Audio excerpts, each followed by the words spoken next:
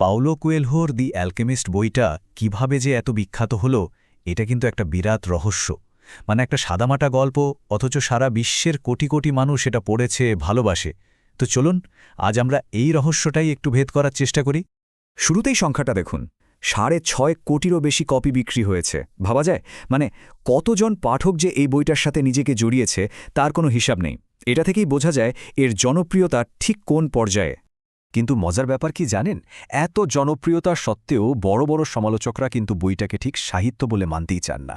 যেমন ধরুন, the new York Times তো বলেই দিয়েছে এটা সাহিত্যের চেয়ে বেশি সেলফ হেল্প। কারণটা সহজ, এর ভাষা খুব সরল আর মেসেজগুলো একদম সরাসরি। তো একদিকে এই আকাশছোঁয়া জনপ্রিয়তা আর অন্যদিকে এমন করা সমালোচনা, এই দুইয়ের মধ্যেই লুকিয়ে আছে আমাদের আজকের আলোচনার আসল মজা। তাহলে প্রশ্নটা কিন্তু থেকেই যাচ্ছে, তাই না? একজন সাধারণ মেষপালকের এত সহজ একটা গল্প কিভাবে এটা একটা আন্তর্জাতিক বেস্টসেলার হয়ে গেল? চলুন এই প্রশ্নের উত্তরই খোঁজা যাক।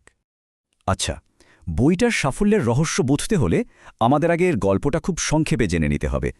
এটা আসলে একটা আত্ম আবিষ্কারের গল্প, একটা জার্নির গল্প। গল্পের নায়ক সান্তিয়াগো স্পেনের এক মেষপালক। সে প্রায়ই একটা স্বপ্ন দেখে যে মিশরীয় পিরামিডের কাছে তার জন্য নাকি গুপ্তধন রাখা আছে। এই স্বপ্নটাকেই সে তার পার্সোনাল লেজেন্ড বা জীবনের উদ্দেশ্য হিসেবে ধরে নেয়। আর সেটার জন্য কি করে জানেন? নিজের সব ভেড়ার পাল বিক্রি করে দিয়ে পাড়ি জমায় উত্তর আফ্রিকায়। পথে তো কত বাধা বিপত্তি। এক ক্রিস্টাল বণিকের দোকানে কাজ করে মরুদ্যানে ফাতেমা নামের এক মেয়ের প্রেমে পড়ে, আর তারপর অবশেষে পৌঁছায় সেই পিরামিডে। কিন্তু আসল টুইস্টটা কিন্তু গল্পের শেষেই। আচ্ছা, এবার একটা মজার ব্যাপার বলি। এই বইটার নাম নিয়ে না প্রায়ই একটা ভুল বোঝাবুঝি হয়, অনেকেই গুলিয়ে ফেলেন। দেখুন, পাওলো কোয়েলহোর দি অ্যালকেমিস্ট বইটাকে অনেকেই মাইকেল স্কটের একটা ফ্যান্টাসি সিরিজের সাথে গুলিয়ে ফেলেন। স্কটের সিরিজের প্রথম বইটার নামও কিন্তু দি অ্যালকেমিস্ট, কিন্তু দুটো বই আকাশ পাতাল আলাদা। কোয়েলহোরটা হলো একটা দার্শনিক রূপকথা যেটা বেরিয়েছিল ১৯৮৮ সালে, আর স্কটেরটা হলো একটা ফ্যান্টাসি অ্যাডভেঞ্চার যেটা বেরিয়েছে অনেক পরে ২০০৭ সালে। একটার সাথে আরেকটার কোনো মিলই নেই। আসলে অ্যালকেমি শব্দটা কিন্তু পপ কালচারে বেশ জনপ্রিয়। ভাবুন তো, হ্যারি পটারের ফিলোসফার স্টোন কিংবা জাপানি অ্যানিমে ফুল মেটাল অ্যালকেমিস্ট, সবখানেই এই অ্যালকেমির ছোঁয়া। এর মূল আইডিয়াটা হল সাধারণ ধাতুকে সোনায় রূপান্তর করা। এই রহস্যময় ধারণাটা মানুষকে সবসময়ই টানে। তো এবার আসা যাক বইটার সাফল্যের মূল কারণগুলোতে। এর প্রথম কারণটা হলো বইটার একদম সহজ সরল কিন্তু খুব শক্তিশালী একটা সেলফ হেল্প দর্শন। বইটার একেবারে কেন্দ্রে আছে এই পার্সোনাল লেজেন্ড ধারণাটা। এর মানে কি? মানে হলো আমাদের প্রত্যেকের জীবনেরই একটা বিশেষ উদ্দেশ্য বা স্বপ্ন আছে, আর কোয়েলহো বলছেন যখন আমরা সেই স্বপ্ন পূরণের জন্য মন থেকে চেষ্টা করি তখন নাকি পুরো মহাবিশ্ব আমাদের সাহায্য করতে এগিয়ে আসে। আর এই আইডিয়াটাই বইটার সবচেয়ে বিখ্যাত লাইনটাতে ফুটে উঠেছে, যখন তুমি সত্যি কিছু চাও তখন পুরো মহাবিশ্ব তোমার ইচ্ছা পূরণের জন্য ষড়যন্ত্র করে। মানে এই একটা লাইনই যেন বইটার পুরো সারমর্ম, আর এটাই লক্ষ লক্ষ মানুষকে দারুণভাবে অনুপ্রাণিত করেছে। কিন্তু গল্পটা শুধু এই সেলফ হেল্প লেভেলেই শেষ হয় না। এর ভেতরে লুকিয়ে আছে আরও গভীর একটা স্তর, একটা মনস্তাত্ত্বিক রূপক, যেটা কিনা বিখ্যাত মনোবিজ্ঞানী কার্ল ইয়ুংয়ের তত্ত্বের উপর ভিত্তি করে তৈরি। চলুন এবার সেই দিকটা একটু দেখি। ইয়ংয়ের মনোবিজ্ঞানে ইন্ডিভিজুয়েশন নামে একটা কনসেপ্ট আছে। সহজ ভাষায় বললে এর মানে হল নিজের ভেতরের সব ভালো মন্দ, জানা অজানা দিকগুলোকে চিনে সেগুলোকে এক করে একটা পূর্ণাঙ্গ মানুষ হয়ে ওঠা, যাকে বলে আত্ম উপলব্ধি।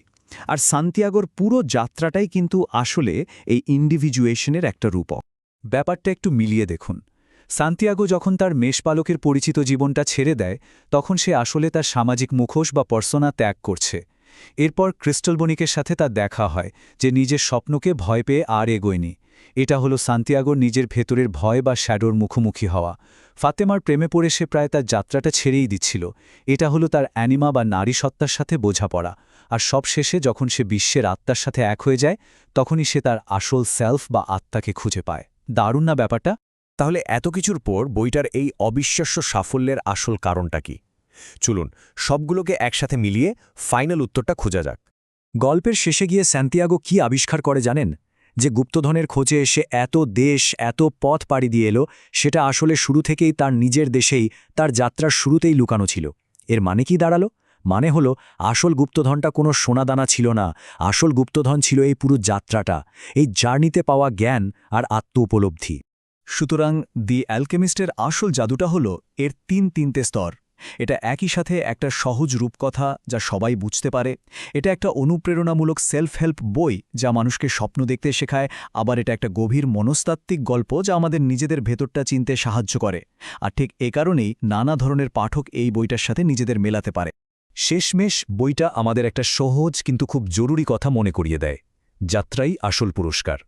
এখন প্রশ্ন হল, আমাদের নিজেদের জীবনের পার্সোনাল লেজেন্ডটা কী?